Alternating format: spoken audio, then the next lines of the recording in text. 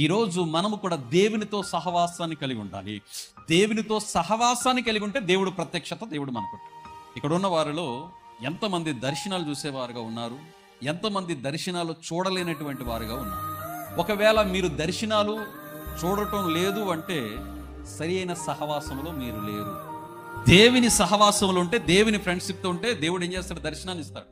మీరు బాగా గమనించండి. పిల్లలు అప్పుడప్పుడు పడుకుంటే నిద్దట్లో ఏం చేస్తారు తెలుసా? కలవరిస్తారు, కబడ్డీలు ఆడుతుంటారు. ఆ స్కూల్ వాతావరణం, ఆ ఫ్రెండ్షిప్, ఆ సహవాసం రాగానే ఏమైపోతుంది? వీళ్ళ కళ్ళలో కూడా అదే నడుస్తుంది. అలాగే నువ్వు దేవునితో సహవాసం చేస్తే దేవుడు నీతో సహవాసం చేస్తాడు. ఆ సహవాసం ఎవరితో ఉండాలి? దేవునితో. మంచి సహవాసం.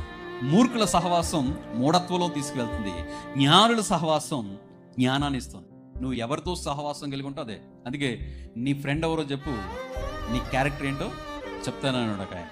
అలాగే మన సహవాసం ఏంటనేది మనం గ్రహించాలి.